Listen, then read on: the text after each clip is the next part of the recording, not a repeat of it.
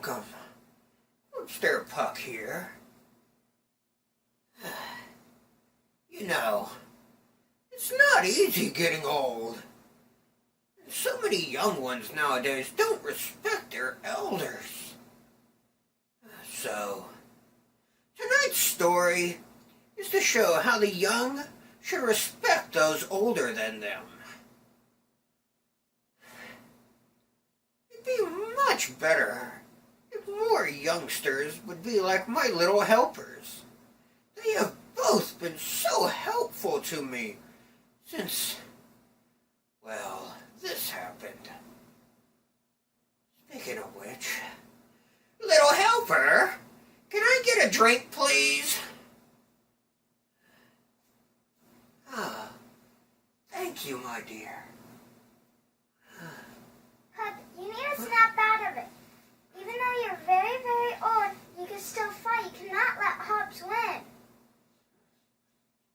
You think I can still fight? Yes, I believe you can. You're right. I can't let them win. Here, watch this video while I get ready to get into Quipster shape. The first time I saw her was at a bus stop late at night. It was a little after 3 a.m.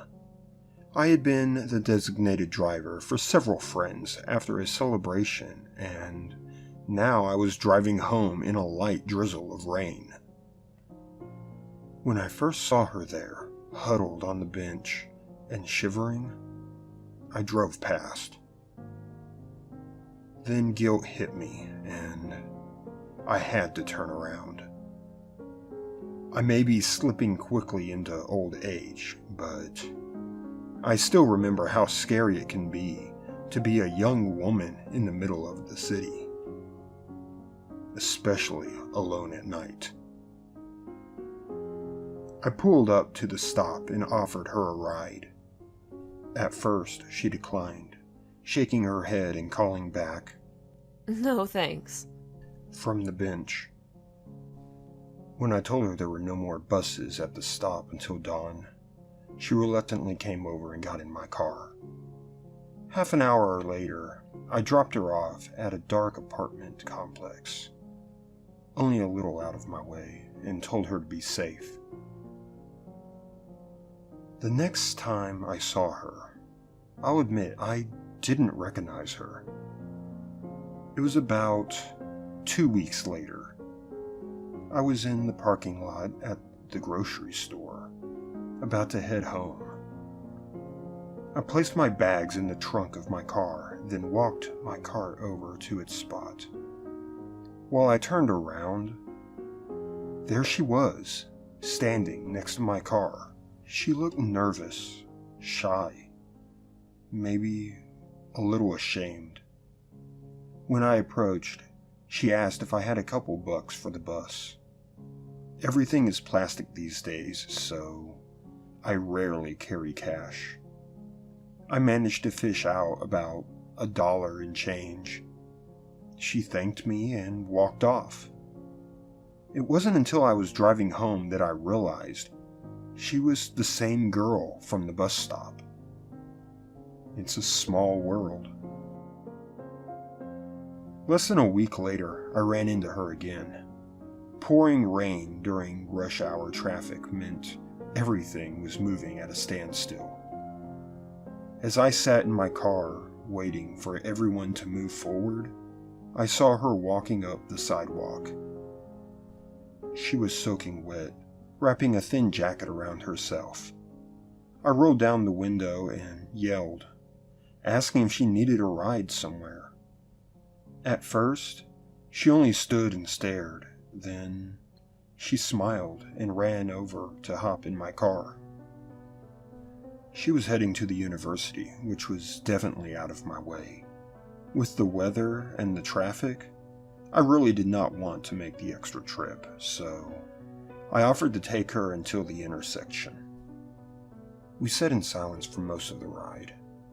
I tried to make small talk at first, but all she would do is smile, then turn and look out the window. As the intersection approached, I felt bad about dropping her off in the rain, still so far from where she was going. When I offered to take her the rest of the way, she turned to me and smiled. Not many people stop to offer rides to strangers. She was picking at the hem of her jacket, her fingers fidgeting like she was nervous or in a hurry. Yeah, a lot of people are wrapped up in their own lives or just don't care. But most are probably afraid. It can be dangerous to pick up strangers. Do you think I'm dangerous? She was watching me intently now, her fingers still picking at the hem. No. I glanced over and smiled. You don't live as long as me without learning to read people. It's all about body language and listening to your gut. She was quiet the rest of the car ride, except for the occasional direction. Finally, we pulled up into a dimly lit parking lot behind some tall buildings. I remember noticing there were no other cars around and wondering if this was actually part of the campus. As she unbuckled her seatbelt, she paused, looking out the window into the rain. You know, even at your age, you can still be wrong about some people.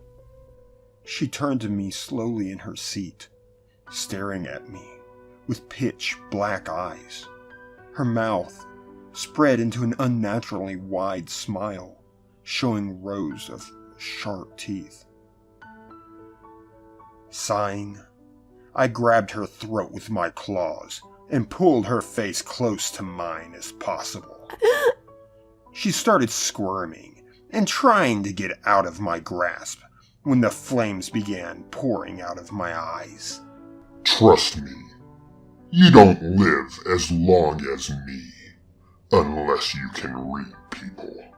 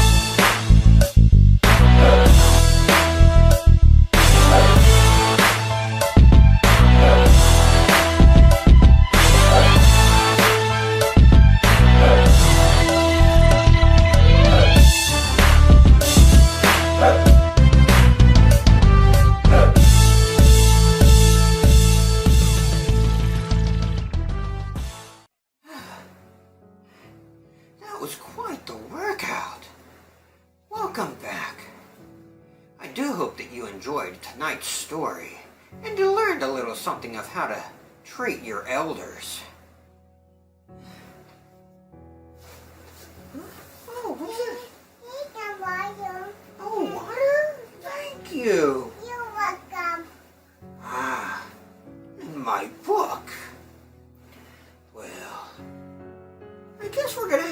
figure out how we're gonna deal with Hobbs, huh? Yes.